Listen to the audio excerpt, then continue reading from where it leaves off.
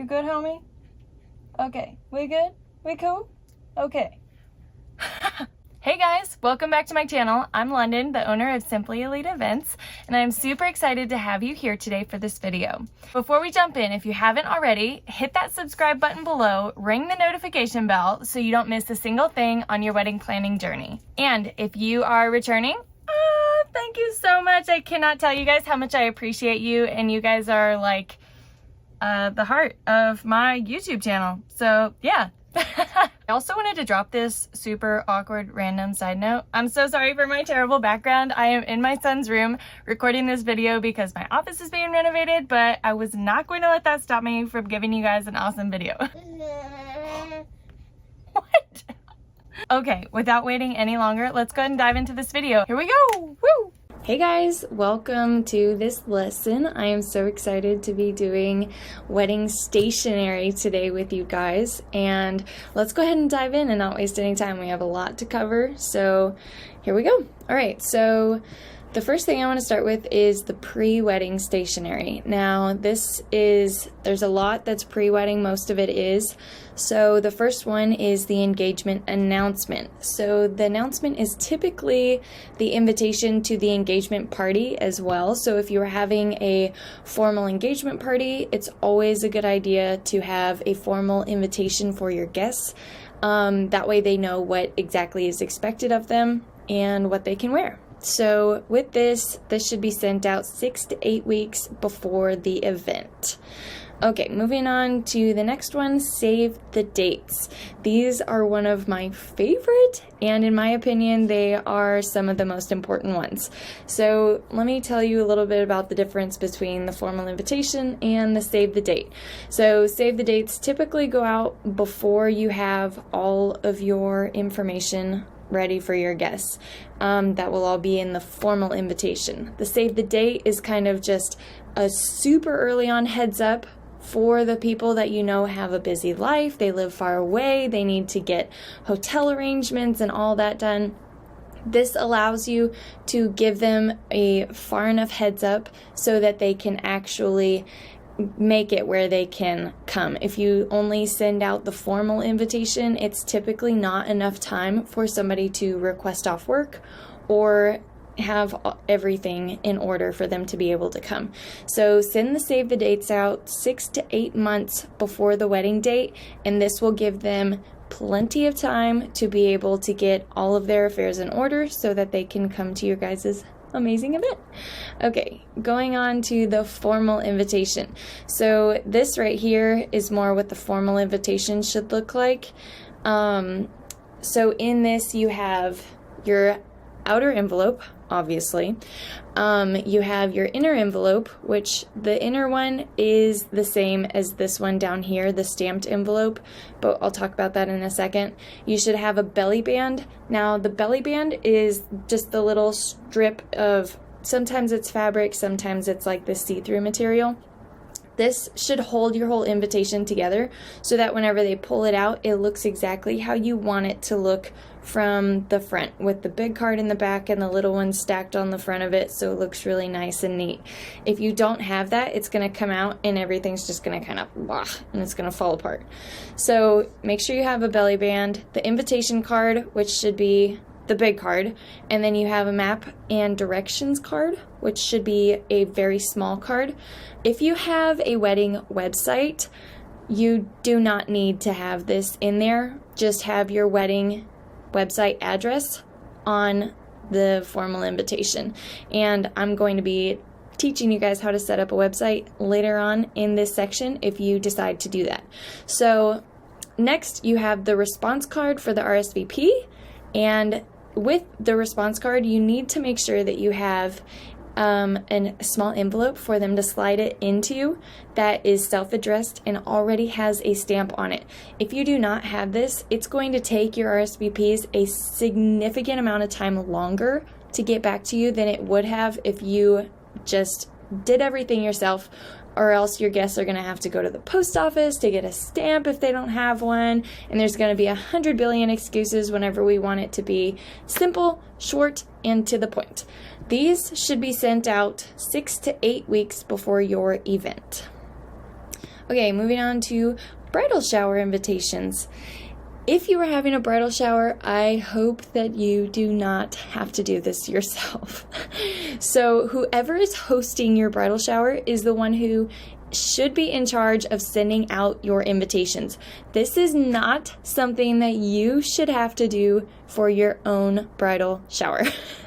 Okay, so whenever you figure out who's throwing you a bridal shower, if they do not ask for it, give them your wedding registry to have printed on the bridal shower invitations. A lot of people feel really awkward about giving their guests their wedding registry to have them look at and see things that you've picked out, because it can feel kind of awkward. But picture yourself in their shoes. They're coming to, say you're going to your friend's wedding, and they have everything. They have everything that you could possibly think of that they might want, and you just have no idea what to get for them. It is mildly terrifying whenever you do not know what to get somebody for their wedding and their bridal shower, because they're opening your gift in front of everybody. So it's always a good idea to have a wedding registry on anything, any invitation that your guests could possibly show up with a gift, because you want them to feel comfortable and comfortable and confident in this gift that they are giving you, rather than them being terrified for you to open it in front of their friends in case you do not like it. Okay, so there's that. Those should be sent out 3 to 4 months in advance. And the bridal shower thank you cards. Okay, so these should be sent out ASAP, as soon as possible after your shower. So this has kind of been a big topic with some of my brides, because they can't ever seem to keep track of who gave them what at the bridal shower. There's typically between, 20 and 100 guests at a bridal shower. It's hard to keep track of who gives you what gift. So what I recommend is having one of your bridesmaids, somebody that's good at keeping notes, sitting right next to you while you're opening all of your gifts, same as they do at baby showers and everything like that.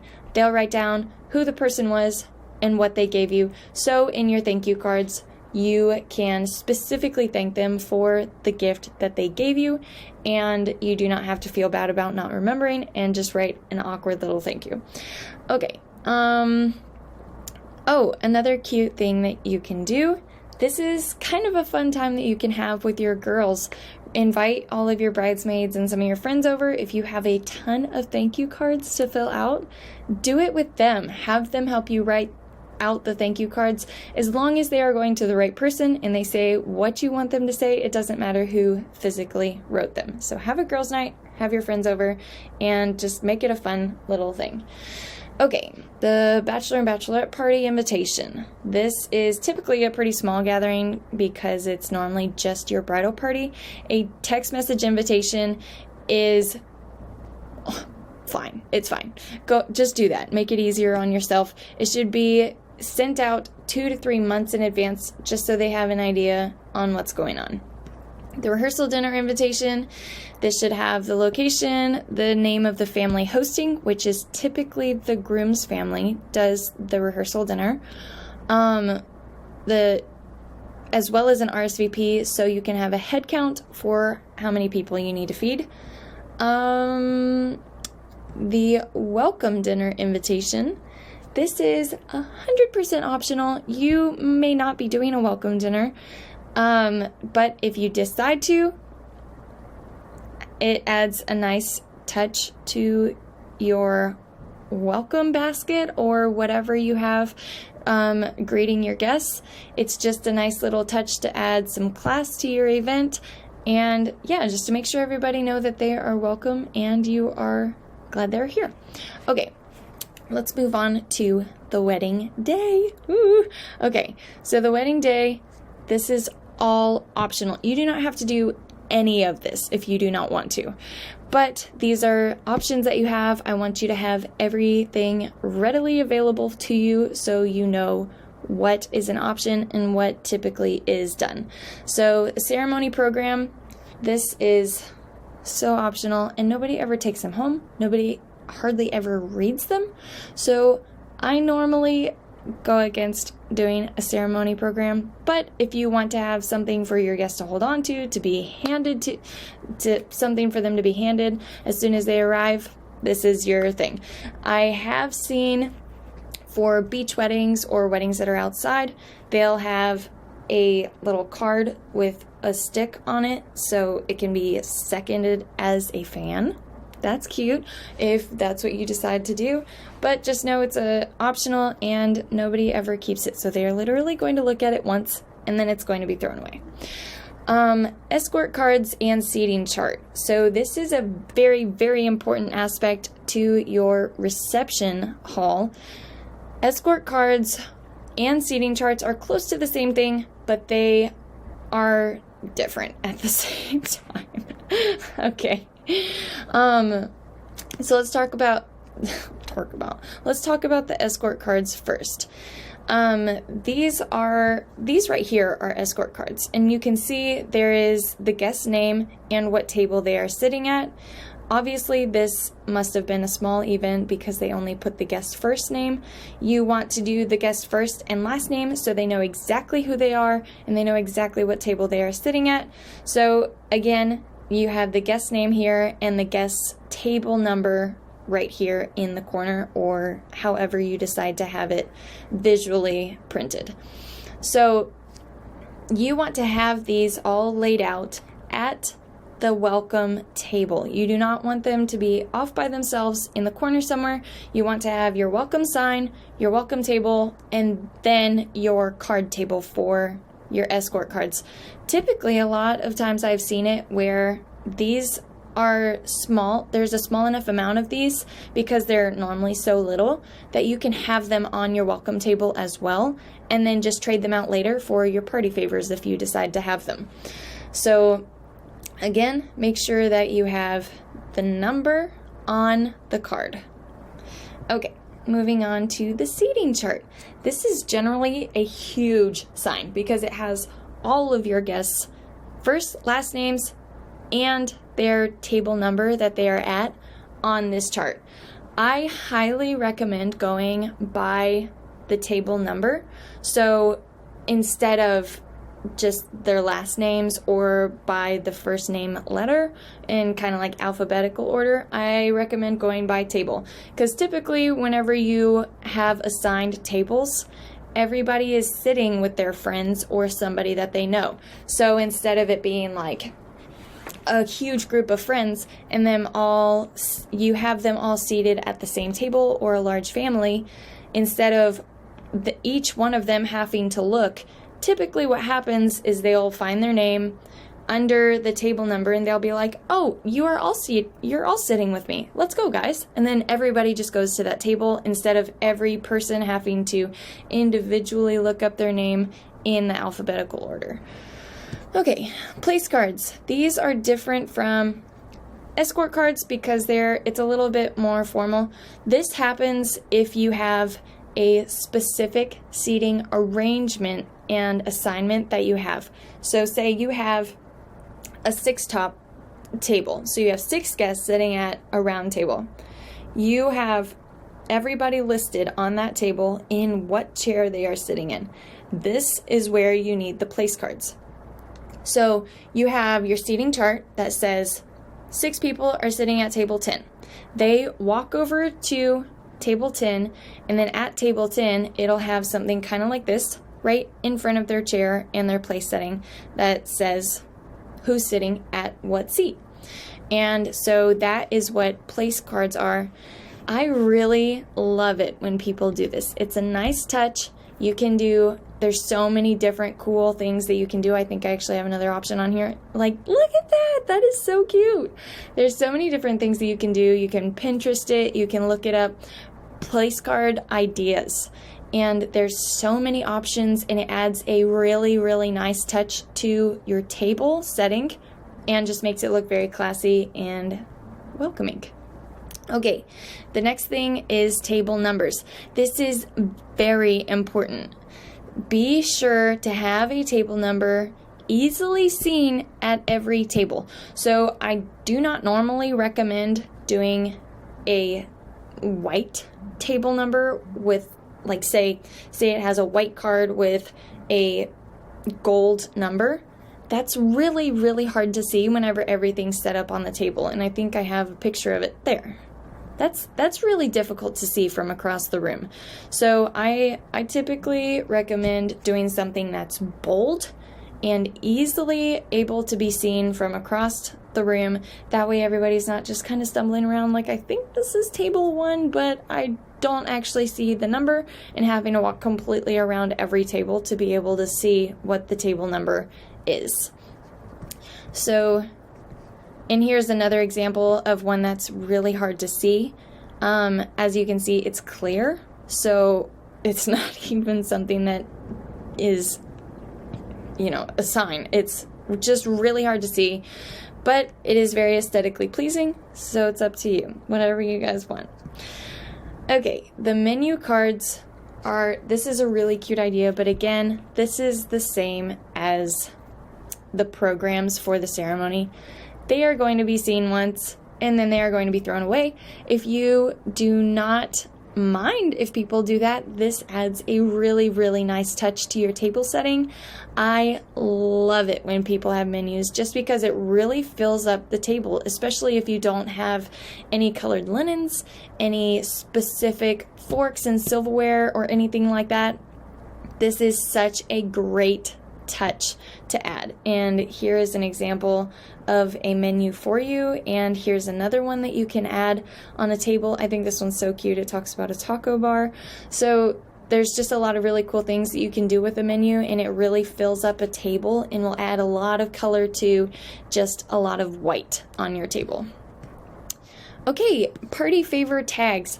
If you choose to do party favors, it's always a fun and cute way to say thank you to your guests and not have to actually say thank you to your guests. Each of your guests get a party favor, and they can take it home with them, and it has a cute little tag on it that just says thank you.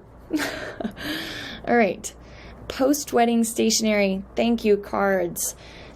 Typically, you want to include the person's first and last name and offer a little thank you. And if a gift was given, be sure to thank them for the gift that they gave you.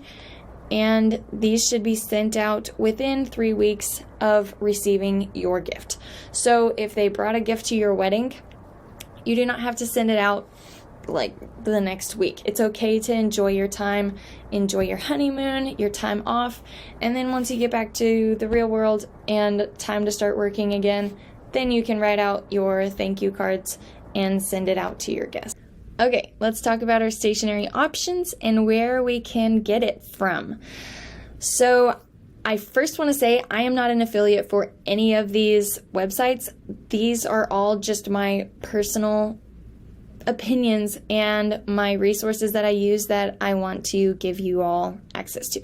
So I use Minted as my go-to. They are the most reliable. Everything always shows up on time, and what I absolutely love about it is you get what you order. You can see it on their website, and it is exactly what you see when you are holding it in your hand. Now, Etsy is the most unique. You will not find a lot of the things that you find on Etsy on Minted. And Zazzle is very affordable, and it still has nice products.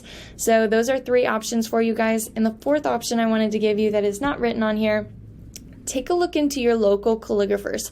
If you have the money and you are willing to spend it on your wedding invitations, definitely do that, especially the place cards. If you are doing assigned seating and you have a place card at the table, it is so nice to have a really nice handwritten card there with somebody's name on it that they can take home with them. And it's something that they will take home. Typically, I would say about 80% of the guests take home their place cards that have their names on them because they like them so much whenever it's done by a calligrapher or something nice off of Etsy. So yeah, that's it, you guys. I hope you enjoy, and I hope that this helped you. Okay. Hey, I wanted to pop back in here and say thanks for sticking around. This is actually a section of my membership program that I have. I will link it down below if you guys are interested. Go check it out. It's pretty cool. I've spent a lot of time and resources on making this for you. And yeah, I just hope you guys had a great experience today. So cool. Okay, bye.